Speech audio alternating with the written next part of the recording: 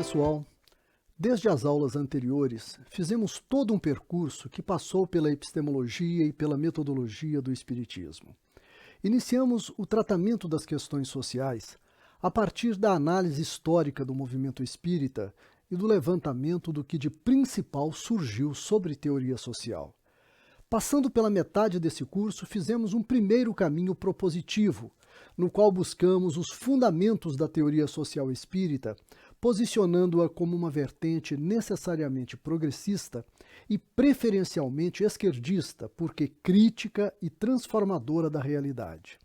Abandonamos a ideia de Kardec como critério de verdade, a fim de posicioná-lo como ato fundador e como objeto privilegiado de qualquer pesquisa documental e histórica, apontando para um projeto aberto e desdogmatizante da ideia espírita.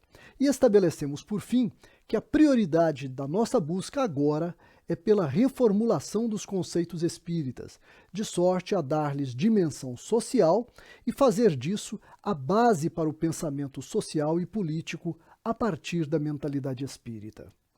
Neste momento, é importante lembrar uma vez mais que não temos com essa formulação qualquer intenção de desvalorizar outras interpretações possíveis, mas de tão somente enriquecer o debate, oferecendo alternativas para um pensamento aberto, não dogmático e tão avançado quanto possível, mas, sobretudo, que ofereça questões interessantes para a pesquisa e para a militância espírita progressista e de esquerda. São, como eu lhes disse na aula passada, ideias e conceitos para serem discutidos, contestados, refutados ou transformados. A primeira proposição que eu quero lhes fazer hoje toca numa questão que tem sido um dos centros da discussão espírita e sobre a qual eu gostaria de lhes apresentar uma maneira diferente e talvez até polêmica de pensar. Diz respeito à tensão entre materialismo e espiritualismo. As abordagens espíritas sobre esses conceitos, ancoradas sobretudo na discussão de Allan Kardec, têm sido, com raras exceções, incompletas e até mesmo superficiais. E isso porque o digno codificador do Espiritismo não aprofundou o debate filosófico e talvez nem tivesse as condições de fazê-lo. Não existe um único materialismo, nem um só espiritualismo. Esses conceitos trazem acepções diversas, que eu vou tentar sintetizar aqui, correndo até o risco de alguma simplificação. A primeira compreensão que devemos ter é a de que a diferença entre materialismo e espiritualismo não diz respeito à materialidade das coisas. Tanto materialistas quanto espiritualistas admitem sem problemas a existência e a efetividade da matéria como aquilo que compõe o universo. O problema é a existência do espírito. E mesmo assim, não qualquer definição de espírito, e sim de espírito como sendo algo que existe, mas que não é de modo nenhum material. E é essa a discordância fundamental dos materialistas. A partir dessa discordância, o desenvolvimento das ideias em cada uma das vertentes irá afastar cada vez mais essas duas correntes de pensamento. De um lado, os espiritualistas, animados pelas crenças, experiências e vínculos religiosos, irão inserir a existência de Deus como condição espiritual por excelência. Irão afirmar que o espírito não apenas existe, mas é ele quem coordena o intelecto e a vontade humana, e que, portanto, trata-se de uma substância imaterial que tem primazia sobre a matéria. No limite, alguns espiritualistas, mas não todos, defenderão que intervenções espirituais ou divinas podem ocorrer de forma milagrosa, fora das leis da matéria e além da capacidade explicativa da ciência. Do outro lado, o lado materialista, o desenvolvimento do pensamento pode também alcançar formas bastante radicais. A mais comum e talvez a mais superficial delas é a de que os diferentes estados de consciência não são mais do que epifenômenos materiais ou fisiológicos, o que leva os materialistas a negarem qualquer possibilidade de vida fora do corpo físico, recusando com isso a existência da alma e, por conseguinte, a preexistência ao nascimento, a sua sobrevivência à morte e a possibilidade de transmigração ou reencarnação. É o famoso morreu, acabou. Mas nem essa é a forma mais radical de materialismo. Talvez a mais radical seria aquela que tira consequências éticas extremas do pensamento materialista, como é o caso do hedonismo, pensamento filosófico pré-socrático que defendia a ideia de que o prazer é o único objetivo da vida.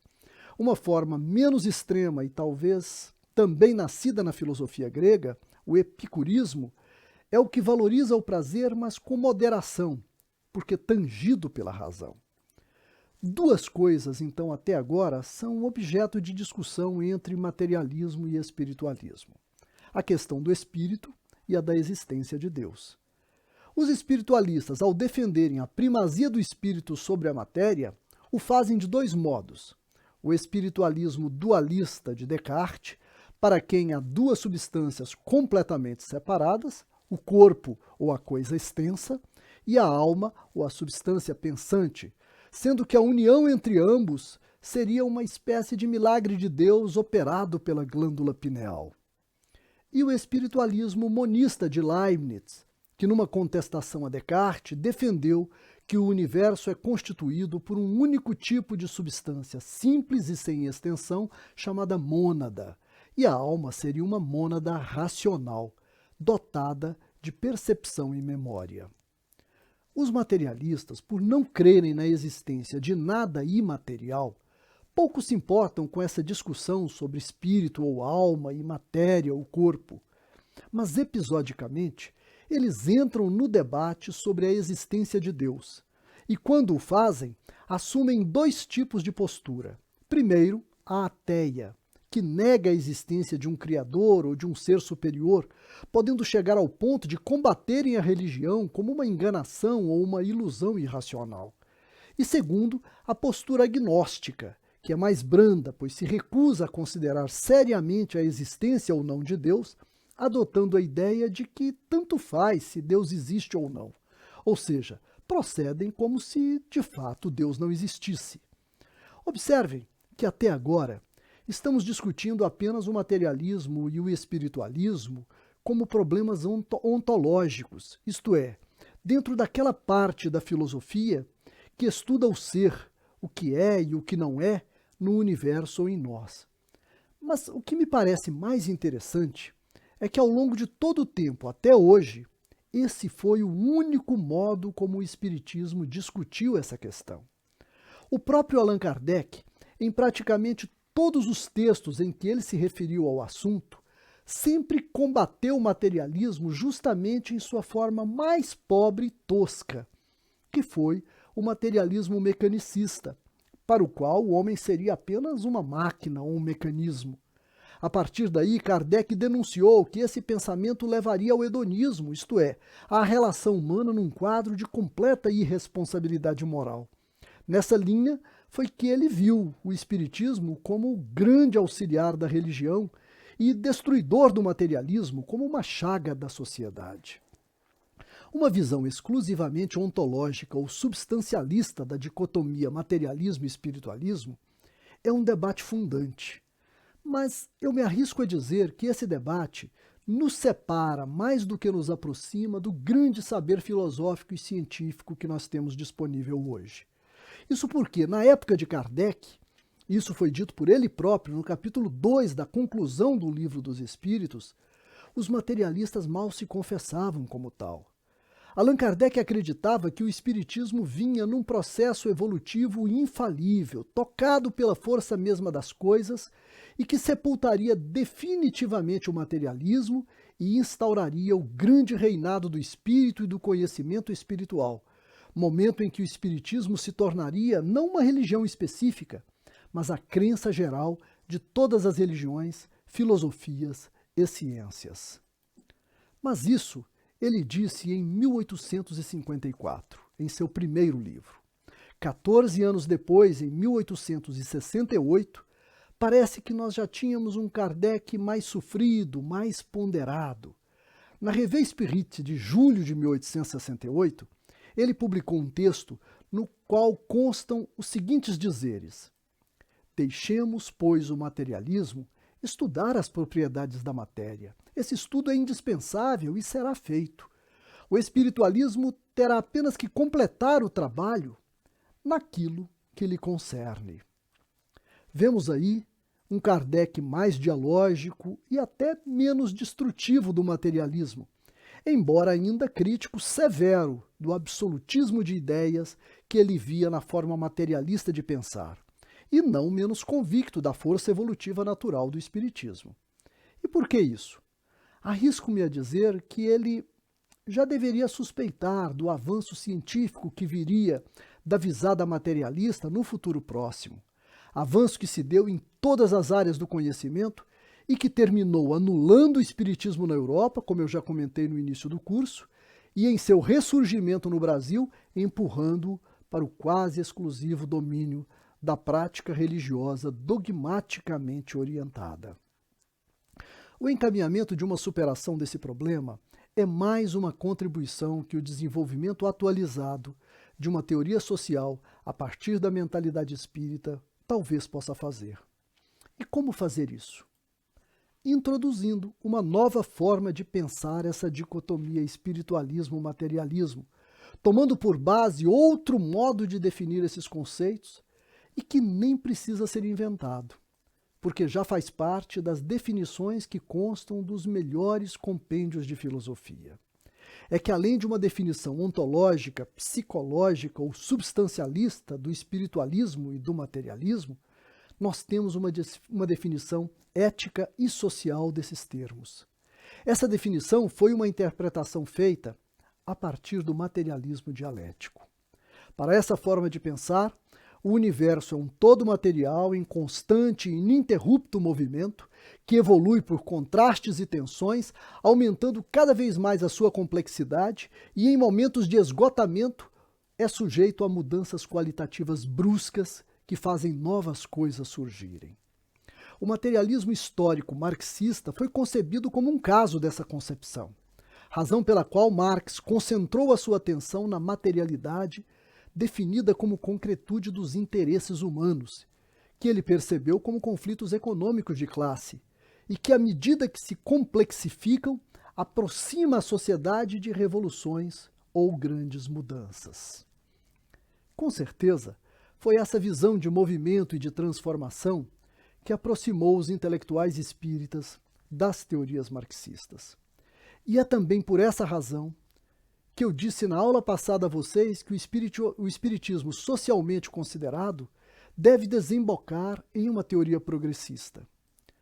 Mas o espiritismo não é materialista, nem no sentido marxista de se basear numa leitura econômica da sociedade e da história, embora o espiritismo possa ter tudo de dialético, como entreviram Cosme Marinho, Manuel Porteiro e Humberto Mariotti na Argentina, tanto quanto Eusínio Lavin e Herculano Pires no Brasil.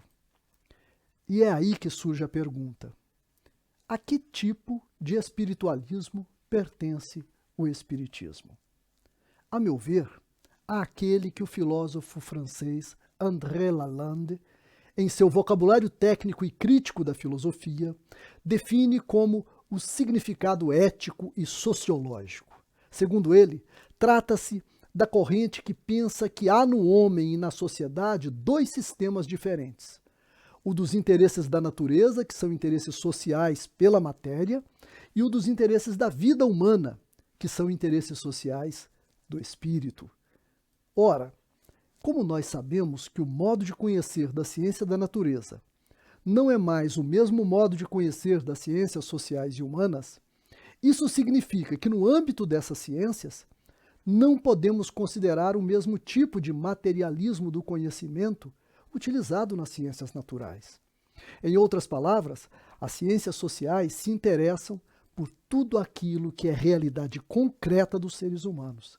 E é por isso que, no jargão dessas ciências, aquilo que diz respeito à cultura, às artes e à criatividade humana é comum que se denomine espírito. Como Max Weber, quando afirmou que a ética protestante é o espírito do capitalismo. É, pois, um materialismo que se interessa pelas realizações do espírito humano, pelos aspectos imateriais da cultura, das simbólicas, das tradições históricas, pelas realizações do pensamento. Vocês poderiam até dizer que não é este o mesmo sentido de espírito do Espiritismo. E teriam razão. No Espiritismo, espírito é uma mônada individual, é um conceito substantivo, psicológico e ontológico. Nesse outro sentido, o sentido social, espírito é o campo da produção de sentidos e de vínculos simbólicos dos seres humanos entre si. Mas não precisamos ceder tanto à noção de espírito como uma metáfora da cultura em vista de sua realidade imaterial simbólica. Podemos encarar de frente as questões espíritas a fim de saber como poderíamos pensá-las a partir da teoria social. O que é o espírito? Do que ele exatamente é feito? Em Allan Kardec, temos duas possibilidades. Primeiro, temos uma concepção dualista. O espírito é criatura feita diretamente por Deus, simples e ignorante, e que habita corpos. Espírito é espírito e matéria é matéria, e esses mundos são e sempre serão separados, embora em relação na qual o espírito impere sobre a matéria. E segundo, uma concepção monista. O espírito é resultado evolutivo do movimento do universo, isto é, do átomo ao arcanjo, tudo se encadeia no universo. Nesse caso, o espírito é um resultado do desenvolvimento da própria matéria, pois ambos são a mesma essência em estágios evolutivos diferentes. Mas eu faço aqui uma segunda disjunção. A primeira é uma questão espiritualista religiosa e a segunda, espiritualista materialista. Pode parecer estranha essa expressão, mas se esse raciocínio estiver correto, então temos que admitir que a problemática do espírito, se for pensada como substância imaterial ou como centelha divina, nos coloca diante de uma questão de fé, pois não é possível perscrutar cientificamente essa condição. Entretanto, já que temos o direito à fé, mesmo que confiemos nessa ideia como verdade, as experiências descritas pelo Espiritismo e relacionadas ao espírito são todas elas problemas científicos legítimos. Ou seja, não temos como pesquisar o espírito enquanto tal, mas nós temos condição de fazer ciência sobre a hipótese da sobrevivência, da manifestação e da transmigração da vida. Isso só não seria possível se o Espiritismo tivesse uma concepção de vida depois da morte como um milagre, um ato puro de Deus, sem corporeidade nenhuma, pois aí estaríamos diante do sagrado, do noumênico, do indescritível, do milagre. Não haveria ciência possível. E é exatamente aí que está a chave. Por que é que do Espiritismo se pode fazer ciência? Muito simples. Porque nem mesmo nos relatos dos espíritos presume-se no Espiritismo a existência de espíritos sem uma corporeidade que os caracterize. Em outras palavras, o que os materialistas devem seriamente contestar é a vida incorpórea. Se houver uma corporeidade, a conversa pode começar de novo. É evidente que isso não é convincente também para os materialistas mais convictos. Foi o caso, por exemplo, de um dos principais pensadores desse assunto, o filósofo espanhol Gustavo Bueno, criador da corrente chamada materialismo filosófico. Segundo esse autor, a discussão sobre o corpo espiritual configura uma variedade do materialismo grosseiro, ou seja, aquele materialismo corporeísta que adorna com atributos morais e estéticos o estado gasoso das substâncias corpóreas. Este filósofo defende que não existe possibilidade de existência e consciência fora do estado sólido da matéria. Mas eu me permitiria dizer que o materialismo dele é que é limitado e extremamente pretensioso. Não por negar a existência do espírito como uma mônada incorpórea, pois essa é a postura que se espera de um materialista, mas sim por negar de forma antecipada que outras formas de matéria possam abrigar o complexo e ainda não completamente conhecido fenômeno da vida. E por que lhes digo isso? Por causa da moderada posição espírita que podemos construir entre os polos do materialismo e do espiritismo a partir da noção de corporeidade. A ideia é de que o espiritismo não nega a corporeidade após a morte, mas também não traz informações sobre a incorporeidade em qualquer nível. Em outras palavras, não precisamos negar, como fazem os materialistas, o espírito como ser imaterial e incorpóreo, como na visão cartesiana, mas podemos tranquilamente dizer não sei. Entretanto, sobre as possibilidades de vida depois da morte a partir da pluralidade de corpos, podemos, com boa ciência, não somente desafiar os estudos físicos e biológicos, mas produzir uma filosofia científica que dialogue com as expectativas materialistas das ciências sociais. Trata-se, neste caso, de um tipo de materialismo filosófico, não mecanicista e espiritualista, que não nega necessariamente os pressupostos religiosos ou de fé que os espíritas mantenham como razoáveis, mas que também não faz deles condição para seguirmos no conhecimento científico. Isso porque o nosso interesse aqui é deixar as questões de substância para as ciências naturais e avançarmos no pensamento social, criando condições de diálogo com o conhecimento de nossa época. Observem neste momento que eu não estou, nesta argumentação, utilizando suposições a respeito de Deus, de sua necessária justiça ou perfeição, como fez Allan Kardec, ao lançar mão da filosofia medieval para demonstrar os conceitos espíritas como lógicos e racionais.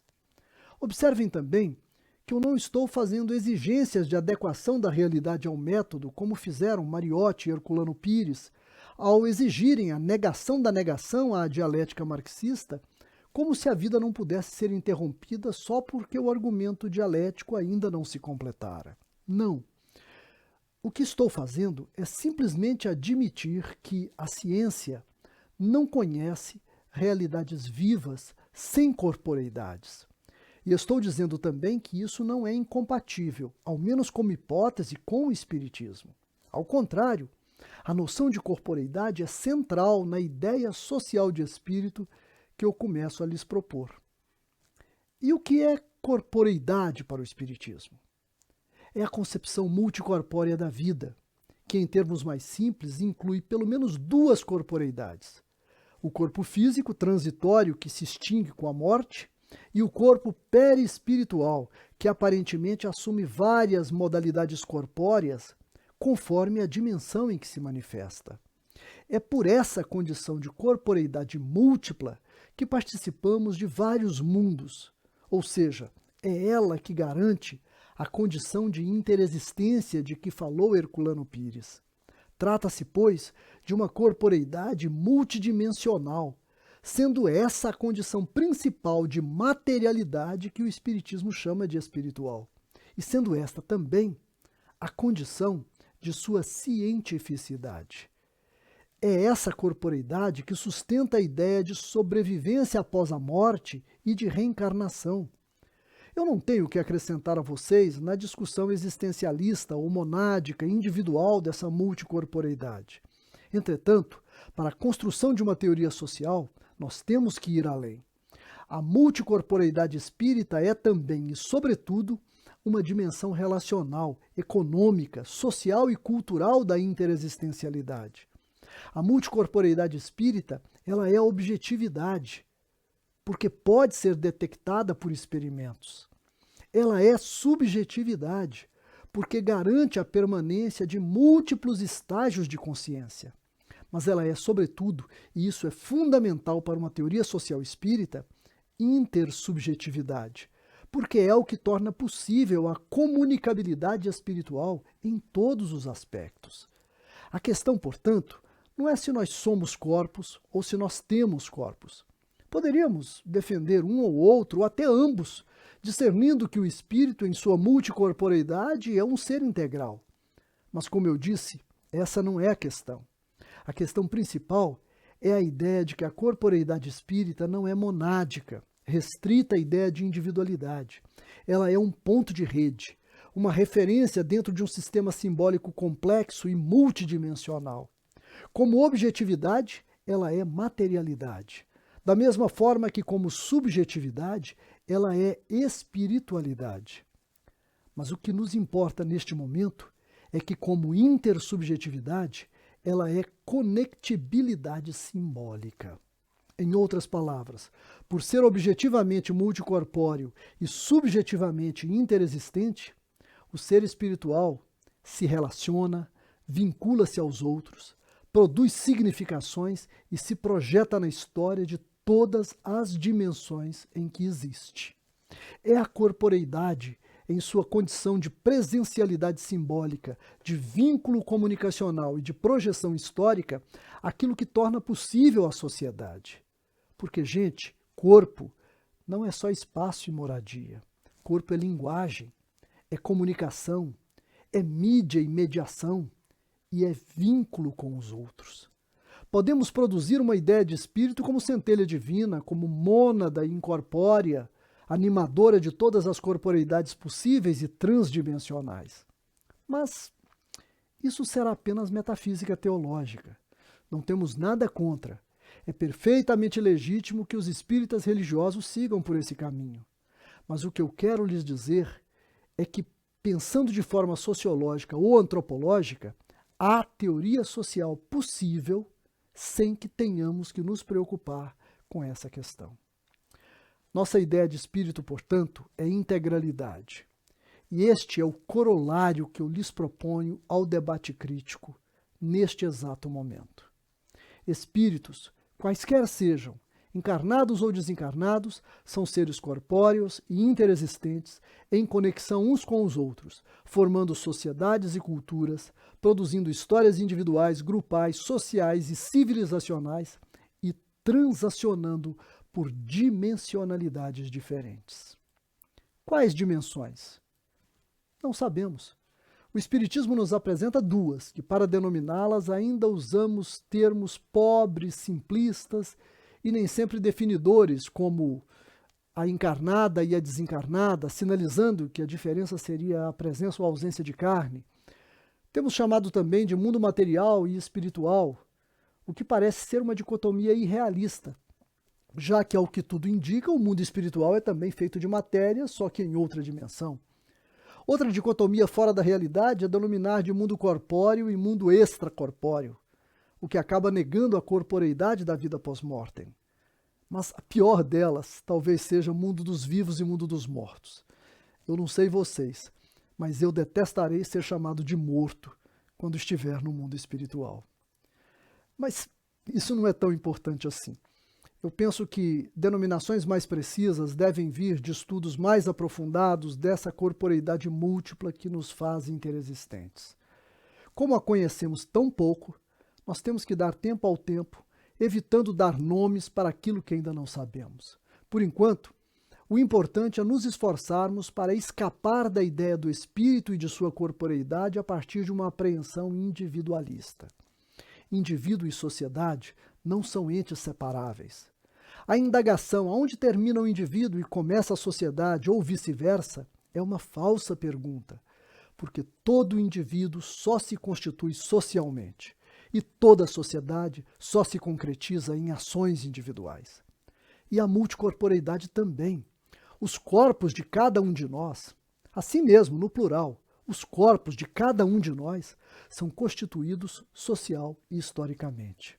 Demarcados como biologia, são sistemas dependentes do entorno, inclusive dos outros organismos biológicos dos quais nos alimentamos. Toda a sobrevivência é viabilizada em interação e cooperação mútua ou em combate contra os predadores, de sorte que é falso que nasçamos sozinhos e morramos solitariamente. Se assim fosse, nós não sobreviveríamos. E por fim, é extremamente importante.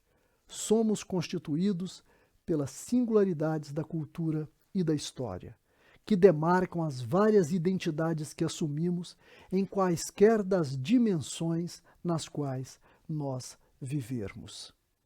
Todos os componentes simbólicos de nossas identidades são sócio-espirituais. e dizem respeito às condições dimensionais em que estejamos vivendo. Assim, ser homem ou mulher não constituem nem aqui nem em outras dimensões da vida apenas uma determinação biológica.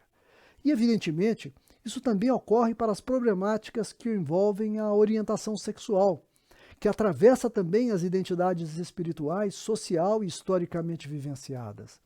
Poderíamos acrescentar ainda as questões relacionadas à etnia e o caudal de juízos e preconceitos que implicam as condições étnicas, reveladas na cor da pele, nas vestimentas, nos ritos culturais, nos vínculos tribais de pertencimento.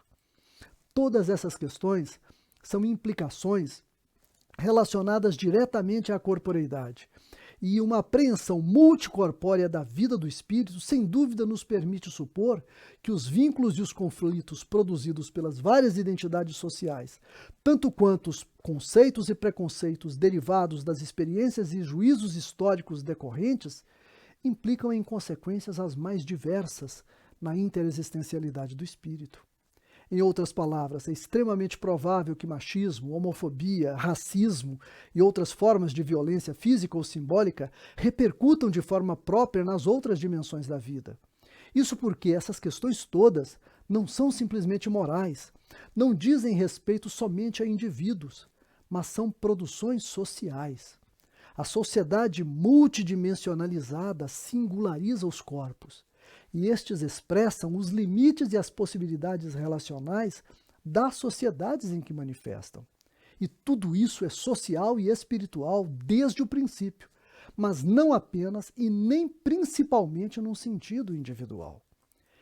É essa dimensão multicorpórea da interexistencialidade espiritual, em sua expressão simbólica e relacional, na conformação das identidades transdimensionalizadas como experiência sócio-espiritual ininterrupta e em contínua transformação, o primeiro grande objeto da pesquisa social, a partir da mentalidade espírita, retificada agora pela inspiração das ciências sociais do nosso tempo. Tudo isso que eu lhes disse aqui, até agora, são apenas conceitos básicos, articulados por um diálogo teórico a partir de parâmetros de filosofia e de ciência social. Não tenham dúvida, meus amigos, que nesse espaço de conhecimento há muito mais ignorância do que saber. Há muito mais perguntas do que respostas. A quantidade de coisas que não sabemos é muito, muito maior do que as que já sabemos ou que a gente julga saber. É preciso, portanto, especular o menos possível e partirmos para a pesquisa empírica.